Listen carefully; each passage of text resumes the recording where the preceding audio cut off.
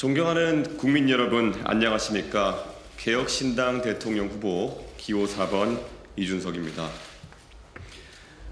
오늘부터 제21대 대통령 선거의 공식 선거운동이 시작되었습니다. 저는 이 자리에서 먼저 묻고자 합니다.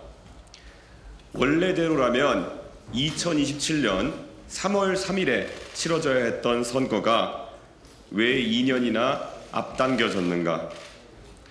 대통령 선거를 한번 치르는데 들어가는 국가적 비용이 1,000억 원이 넘습니다. 누가 이러한 소모와 낭비를 초래했는가? 우리는 우선 그 책임부터 따져 물어야 합니다. 책임은 분명히 국민의힘에게 있습니다. 대통령이 평시에 군경을 동원해 국회와 선관위를 점령하도록 지시를 내렸을 때 이를 막아내기는커녕 함께 망상에 빠진 세력, 그 망상을 부추긴 세력, 아직도 그것이 계엄령이 아니라 개몽령이었다고 우기는 세력, 그 세력에게 책임을 묻는 것이 첫 번째입니다. 국민은 또한 책임을 묻습니다. 이재명 후보와 더불어민주당에게는 책임이 없는가? 이 거대한 혼란 앞에 무책임하게 불길을 놓았던 세력, 범법행위를 저지른 당대표 하나 지키겠다고 수십 번의 탄핵과 불체포 특권을 악용하였고, 이제는 사법부마저도 겁박하려고 드는 세력에게 응분의 책임을 물어야 한다고 국민들은 목소리 높이고 있습니다. 이번 대통령 선거는 단순한 정권 교체가 아닙니다. 양당 구조의 두 개의 거대한 탑을 무너뜨리고 대한민국 정치를 새롭게 다시 짜는 선거입니다. 양당이 서로 정권을 주고받는 정권 교환이 아니라 정권 교체가 이루어져야 한다는 것이 이번 대선의 시대 정신이며, 양당이 아니라 새로운 정당에게 새로운 시대의 지휘봉을 넘겨줘야 한다는 시대 교체, 세대 교체의 열망이 이번 대선의 분명한 역사적 목표입니다. 국민 여러분, 저는 오늘 이 자리에서 지난 며칠간 개혁신당에 새로 입당해 주신 수많은 당원 동지 여러분께 특별한 감사의 말씀을 드립니다. 대선 전 7만 명이었던 저희 개혁신당 당원은 불과 한 달 사이에 9만 명을 넘어섰습니다. 특히 지난 며칠 동안 수천 명이 한꺼번에 입당하는 놀라운 일이 벌어졌습니다. 왜 그런 일이 일어났는지 온 국민은 지켜보셨을 것입니다. 이제 시대 정신은 더욱더 분명해졌습니다.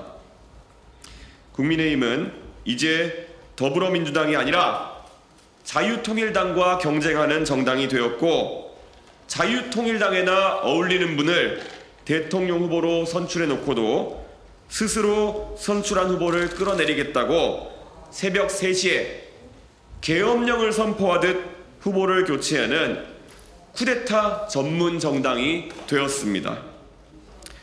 새삼스러운 풍경이 아니라 국민의힘은 원래 그랬던 정당이고, 그에 실망한 목소리가 모여서 개혁신당을 만드는 첫 걸음이 되었습니다.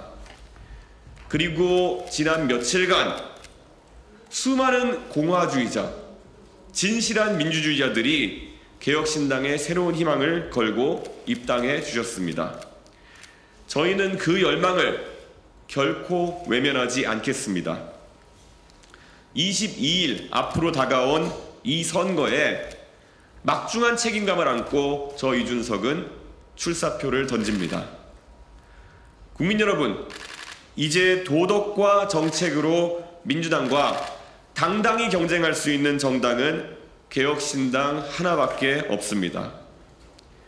80년을 이어온 이 거대하고 부패한 양당 정치 체제에 균열을 내고 대한민국 정치의 새 출발을 가능하게 할 정당은 개혁신당뿐입니다. 이번 조기 대선에 국민의힘은 후보를 내세울 명분이 하나도 없습니다. 이 대선은 개혁신당과 민주당의 한판 승부처가 될 것이고 이준석과 이재명의 1대1 대결 전장이 될 것입니다. 미래와 과거의 대결, 새로움과 낡음의 대결, 청렴과 부패의 대결, 유능과 무능의 대결이 될 것입니다. 국민의힘은 이번에 수백억 원의 선거 보조금을 받습니다. 그들은 질 것이 뻔한 선거에도 오로지 국민 세금을 태워먹으려고 당선보다 당권에 눈이 멀어 한밤중 진흙탕 싸움을 벌이면서까지 대통령 후보를 내세웠습니다. 저는 그들과 다릅니다. 당권이 아니라 국민 주권을, 권력이 아니라 민주주의를 회복하기 위해 나왔습니다. 행정권과 190석의 입법권, 그리고 사법부까지 장악하려는 거대한 독재의 서막을 저지하겠습니다. 원내 의석은 가장 적지만 그것이 가장 강점이자 장점인 압도적 협치의 이준석 정부를 만들려고 이번 대선에 나섰습니다. 대국민 사기극으로 귀결될 단일화쇼가 아니라 정면 돌파의 승부수를 던지기 위해 이 자리에 섰습니다. 존경하는 국민 여러분, 개혁신당이 있어 정말 다행이라는 말씀 지난 며칠간 많이 들었습니다. 그 말에 가슴이 뜨겁습니다. 그리고 무거운 책임을 느낍니다. 마흔의 도전입니다. 1971년 박정희 정권에 맞서 40대 기술원을 들고 일어났을 때 김영삼 전 대통령의 나이는 43세였습니다. 그리고 김대중 전 대통령의 나이는 47세였습니다. 그로부터 20년 뒤인 1991년 50 청문회 스타였던 노무현이라는 정치인이 안락한 길을 마다하고 3당 합당의 길을 거절하면서 꼬마 민주당을 선택했을 때 그의 나이는 45이었습니다. 40의 도전입니다. 대한민국이 다시 40의 정신으로 도전할 때입니다. 김영삼, 김대중, 그리고 노무현의 길, 그들의 용기를 다시 계승하는 이준석의 도전이 오늘부터 시작됩니다. 산을 움직이는 사람은 작은 돌을 드러내는 것에서부터 시작한다는 옛 성현들의 말씀을 잊지 않겠습니다. 저는 오늘 그 첫 돌을 드러내면서 선거운동을 시작합니다. 6월 3일입니다. 여러분의 현명한 새로운 선택을 기대합니다. 당당하게 진심을 다해서 앞으로 나아가겠습니다. 좌도 우도 아니고 앞으로 가겠습니다. 감사합니다.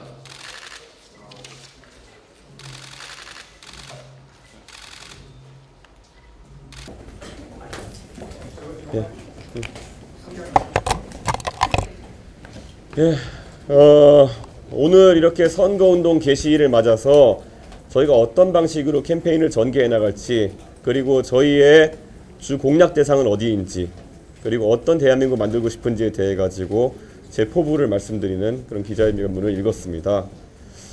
사실 지금 이 선거가 지난 한 달여의 시간 동안 정말 국민들에게 감동을 주지 못하는 이유는 이번 사태에 무한한 책임이 있는 국민의힘이라는 세력이 어떻게든 그들의 정치 생명을 연장하기 위해서 각자의 위치에서 추태를 부리고 있기 때문이다. 전 이렇게 규정합니다. 윤석열 전 대통령은 전혀 한 나라를 이끌었던 사람답지 못하고, 마찬가지로 그 위기를 극복하겠다고 등판한 비대위원장도 전혀 해야 할 일을, 국민이 바라는 일을 하지 않고 시간을 흘려보냈으며, 국민의힘에 있는 국회의원들은 지금까지 그래왔던 것처럼 용기 있는 목소리를 내는 것을 주저해 왔습니다. 그러다가 나중에는 당권에 대한 욕심마저 발동해서 결국 대한민국 정치사의 길이 남을 추태를 보이고 만 것입니다. 지금 그리고 들어선 김문수 후보는 지금까지 보수 진영을 망가뜨렸던 강경 보수적인 색채의 자유통일당과 같은 그런 이념적 지향과 행동 양식에서 벗어나지 못하고 있습니다. 그렇기 때문에 저는 이제 보수 정치는 고쳐 쓸 수 있는 상태가 아니라 바꿔 써야 되는 상태다라고 규정합니다. 그리고 완전히 새로운 방법으로 새로운 주체로 바꿔서 이재명 후보가 내세우는 포퓰리즘, 즉 대한민국을 망가뜨릴 것이라고 많은 사람들이 우려하는 그 포퓰리즘을 막아세울 수밖에 없다라는 결론에 이르렀습니다. 그래서 정말 22일의 남은 기간 동안 개혁신당이 가진 여러 부족한 여건에도 불구하고 결국 바람을 일으키는 수밖에 없습니다. 그 바람이라고 하는 것은 정말 대한민국을 살려낼 그런 바람이 될 것이고, 가장 낮은 곳에서부터 그리고 가장 대한민국을 걱정하는 국민들의 결진 마음으로부터 시작될 것이라는 것을 믿어 의심치 않습니다. 열심히 해서 성과 내겠습니다. 예, 혹시 질문 있으시면 질문 받겠습니다. 김문수 후보에 대한 평가 한마디 부탁드립니다. 사실 지난 며칠간의 활극 속에서 김문수 후보에 대한 일정한 동정론이 있었던 것은 알고 있습니다. 하지만 김문수 후보가 지금까지 보수 진영에서 강경 보수적인 색채를 띠면서 보여준 모습은 미래지향적이지 않다라는 것이 제 생각입니다. 그래서 저는 김문수 후보가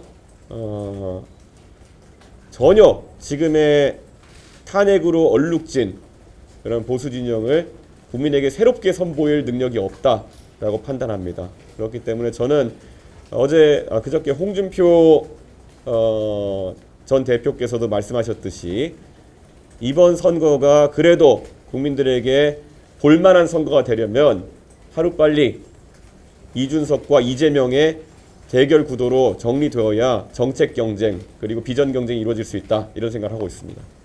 김문수 후보가 90년생 만 35세 비대위원장을 지명을 했는데 그거는 어떻게 보셨습니까? 김용태 비대위원장 지명자는 저와도 친분이 있고, 어제도 제가 그래서 같이 있는 단체 채팅방에서 김용태 위원장 내정자에게 상당한 축하와 함께 기대를 드러내는 이야기를 한 바가 있습니다.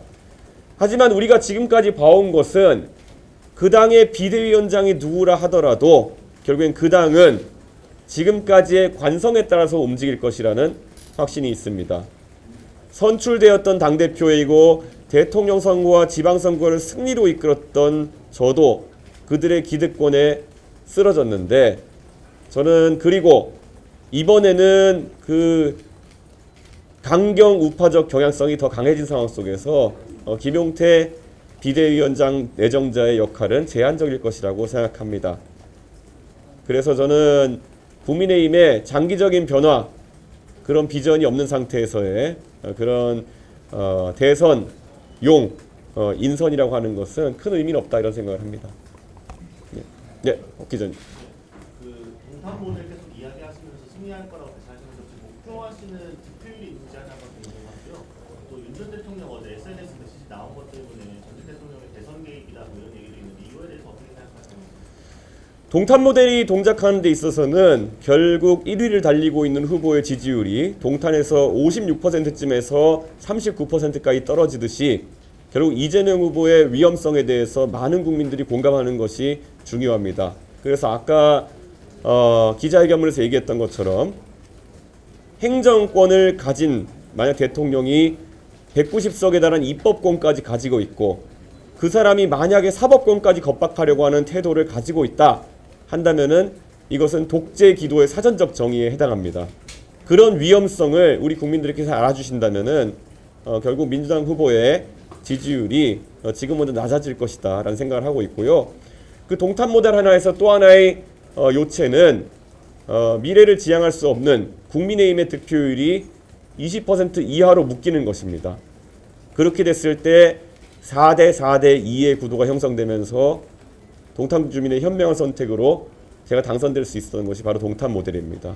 그래서 만약에 이재명 후보의 그런 독주를 견제하고 싶은 국민들이 계시다면은 우선 4대 4대 2의 구도를 빨리 만들어 주시는 것이 중요하다. 현실적으로 국민의힘이 10% 밑으로 떨어지는 것은 불가능할 것입니다. 그렇기 때문에 빨리 20% 밑으로 국민의힘의 후보의 득표율을 제한해 주시면 그럼 그게 동탄 모델에 대한 1단계가 구축되는 것입니다.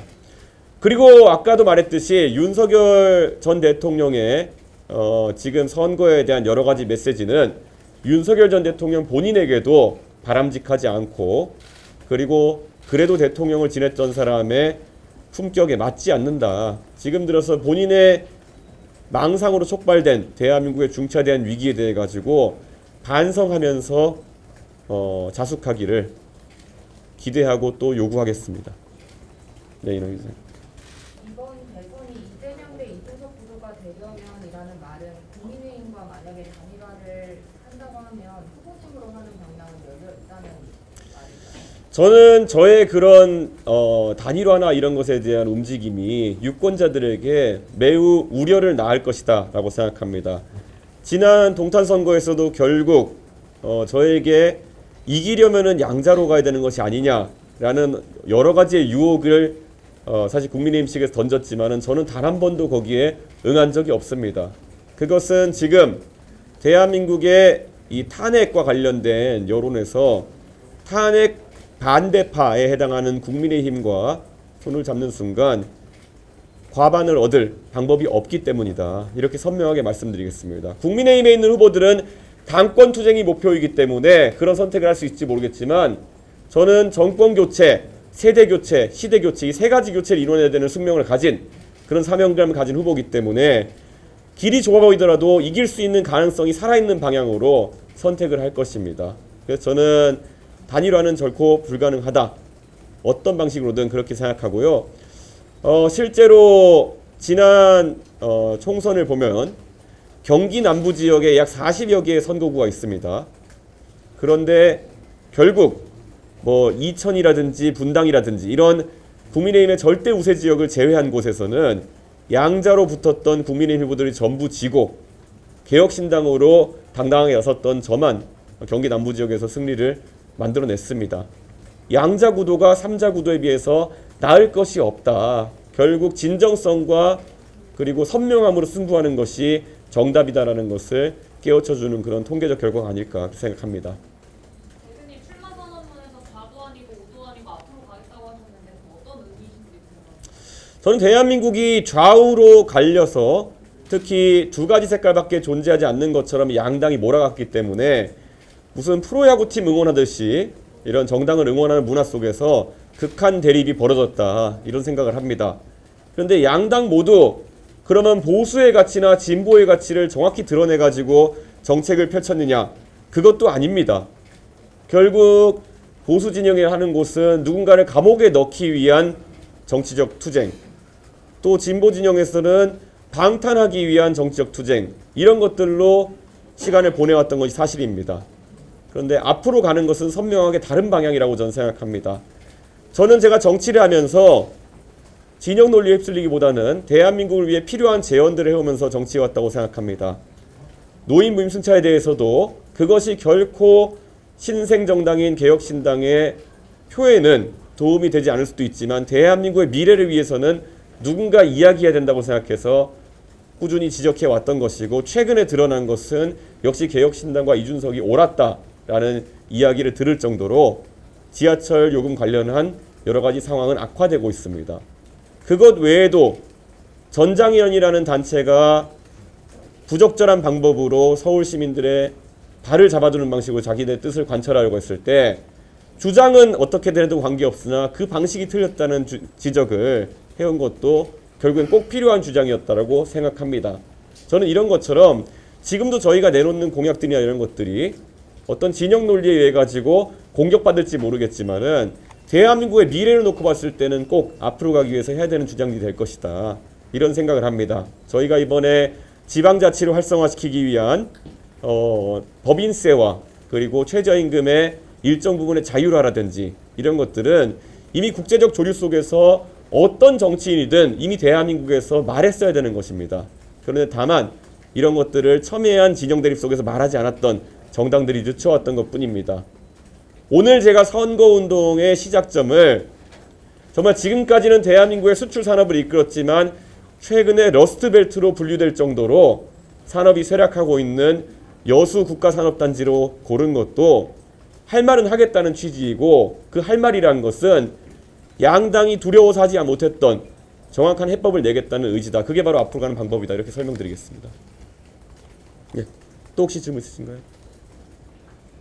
예. 혹시 홍 후보 대선 캠프에 영입하실 생각 있으신가요? 실제로 홍준표 후보께 제가 홍준표 후보는 뭐 정치적인 휴지기를 가진다고 하셨기 때문에 후보님 캠프에서 특정한 인사들이 좀 도움을 줄 수 있냐 해서 홍준표 후보님이 한 2명에서 3명 정도를 아주 긍정적으로 말씀해 주셔가지고 홍준표 후보님 직접 그분들에게 의사도 전달하셨고 그분들이 각자의 현재 위치에서 좀 정리하는 시간을 갖고 있는 상태입니다. 네, 그렇기 때문에 곧 그런 인선을 발표할 수 있을 것으로 예상됩니다. 오늘 방금 이야기해 주신 거 제외하고 이재명 후보와 김문수 후보와 차별점을 두시는 게 또 다른 이유는? 뭐 이제 공약이나 이런 것들은 선명하게 차이가 날 것이고요. 외람되게도 김문수 후보 측 공약은 저희가 아직까지 파악이 좀 어려운 상태입니다. 그래서 그런 차별점은 차차 선거가 진행되면서 국민들께 전달드릴 수 있도록 하고요. 오늘 제가 아침 라디오 방송에 가서 이렇게 이야기했습니다. 지금 대한민국의 미래를 준비하면서 아이를 키우고 계신 그런 유권자분들께 딱 이 선명한 대비를 보여드리려고 했습니다. 만약에 지금 아이를 키우면서 아이에게 우리 아이가 이렇게 자라야 된다 라는 하나의 롤모델을 설정하고 싶다면은 그것이 과연 기호 1번 이재명 후보입니까? 아니면 기호 2번 김문수 후보입니까? 아니면은 중산층 가정에서 태어나서 정말 이 사회가 추구하는 사다리를 밟아 올라가면서 성장해서 지금의 당대표도 지내고 결국 대통령 후보까지 오게 된 저 이준석입니까를 선명하게 좀 물어보고 싶습니다.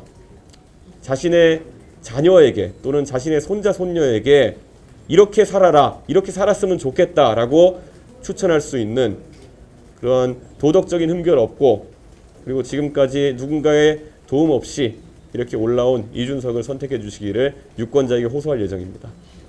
예, 곽 기자님. 그래서 최근에 이제 홍천 시장도 뵙고 안철수 의원도 뵙고 했잖아요. 네. 혹시 남은 선거 기간 중에 다른 분들 혹시 뵙거나 이벤트 같은 게 있을 수 있을까요? 당연히 그런 시도는 할 것이고요. 하지만 제가 원래 정치하면서 다른 사람한테 패 끼치는 걸 좀 싫어합니다. 그래가지고 지금 홍준표 시장님이야 어차피 정치에서 잠시 휴직을 갖겠다 선언하시고 탈당까지 하신 상황이기 때문에 제가 좀 적극적으로 말씀을 드릴 수 있었던 것이고요. 안철수 의원님이나 또 다른 분들 같은 경우에는 현재 그 당에서 또 노력을 하겠다는 입장을 견지하고 계시기 때문에 무리한 어떤 압박이나 아니면 그런 요청에 해당하는 것들은 제가 드리지 않겠지만은 정책이나 이런 것에 대한 문의라든지 아니 물밑에서 또 저희가 여쭤보고 또 협력할 수 있는 게 있으면은 상의 드리도록 하겠습니다. 예, 여기까지 하겠습니다. 예, 감사합니다.